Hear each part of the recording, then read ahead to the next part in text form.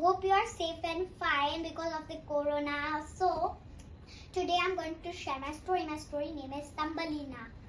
Once upon a time, there lived a lady and she lived by herself.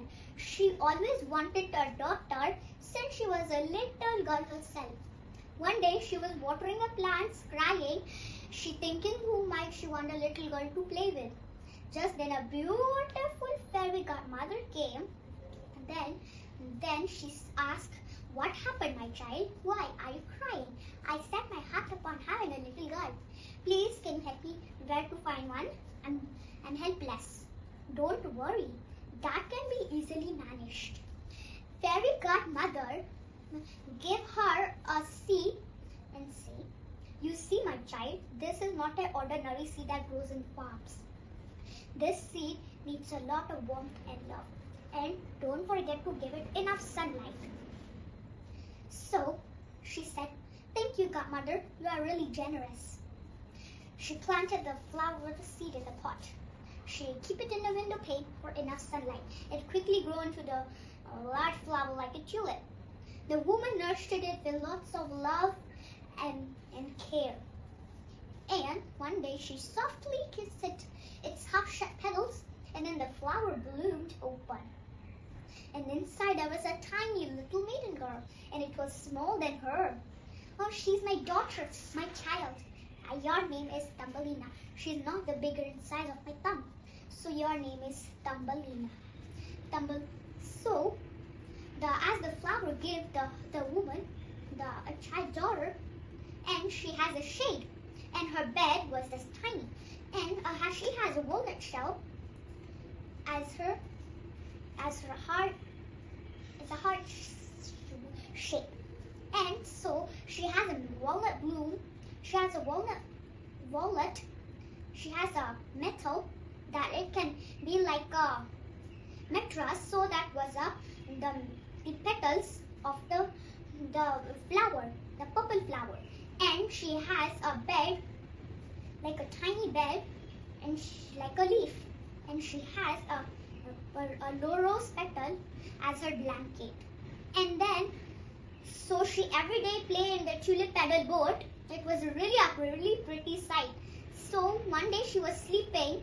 An ugly old toad came. "How pretty she is. She make my own bride for my own dear son."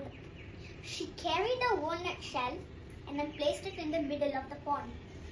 We placed her on the lily leaf. "She will not able to be escape us now." Burlap, burlap, burlap, burlap. The next morning, Thumbelina sat down and began crying. She did not wanted the froggy son for her own horrible dear husband. No way I am marrying you. You can't say that to me." On another hand, Mother tried to find Thumbelina in every corner, but she could not find her. Some fishes swam in the pond and heard the frog's condition. They felt so sorry and decided to help Thumbelina. They swim around and then bite to the stem of the lily leaf. So they bite, come yum yum yum yum yum, come yum yum yum yum yum. So they bite it, and then so the Thumbelina start floating. "Thank you so much. You guys are really kind." So Thumbelina float far away where the frogs could not find her. And then when the little birds saw her, they sing, "What a pretty girl." So as darkness grew, she wrapped herself and then fall asleep. Then the next morning, the sun was shining brightly, and she looked shiny gold in the water. She was almost reaching to the end of the stream when a bug flew and saw, "What a pretty girl! I must save her." And then the bug carried her away. "Where are you taking me, Mr. Bug?" "I'm taking you to my house." And then reach already. The other bugs see who had come. "Friends, look at this pretty girl. I am going to marry her.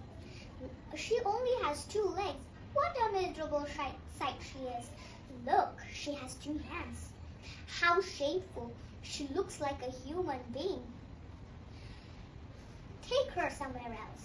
Mr. Buggy agreed with them and finally, in anger, dropped somewhere to the deep woods.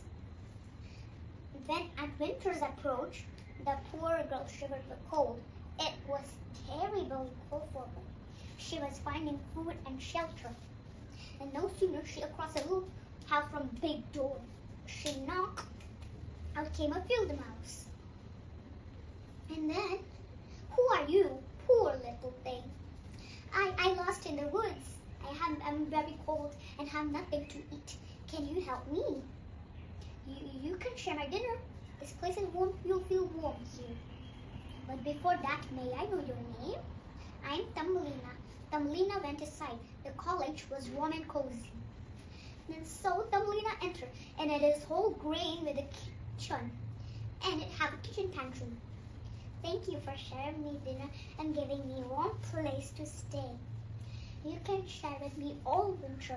Mrs. Mouse, you are really kind.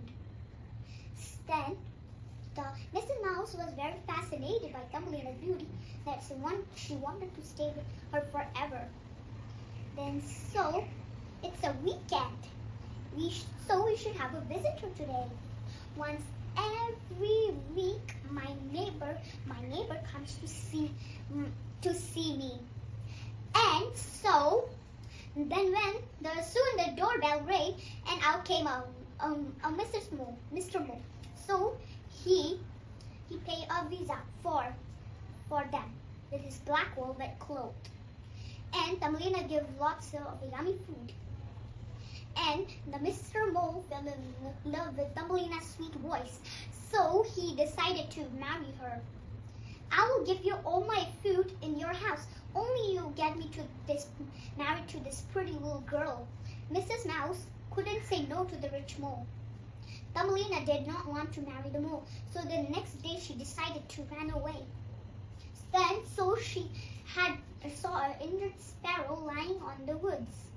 And then so when she said the poor bird may sadly die of the cold, she go near, but the bird was still alive.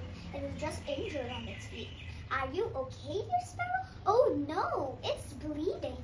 Thumbelina ran to help the little bird and get some bandages. Don't worry, Mrs. Bird. You'll be all right now. Then so the bird flew and thanked her. Thank you. Goodbye, you pretty little bird. Thank you, pretty little child. What help do I be of to you? Then Thumbelina saw the mole and the Mrs. Mouse approaching and calling out her name. Oh, Thumbelina, where are you? The Thumbelina told the sparrow, Mrs. Mouse wants to get me to marry to Mr. Mole. Can you tell me where we can find? Can you please take me to somewhere else? Then I have a plan. Come on my back, quickly. Then so, bye-bye, Mrs. Mouse. Bye-bye, Mr. Mole. Thank you for everything, and I should never forget this. The Mrs. Mouse and Mr. Mole saw Thumbelina flying away. Then so the sparrow took her to the flower land. This is just so beautiful. What's it called? It's called a flower land. Now it's time I leave. Goodbye, Mrs. Sparrow. You are the best. Thumbelina was very happy. This is my home. These flowers smell so good.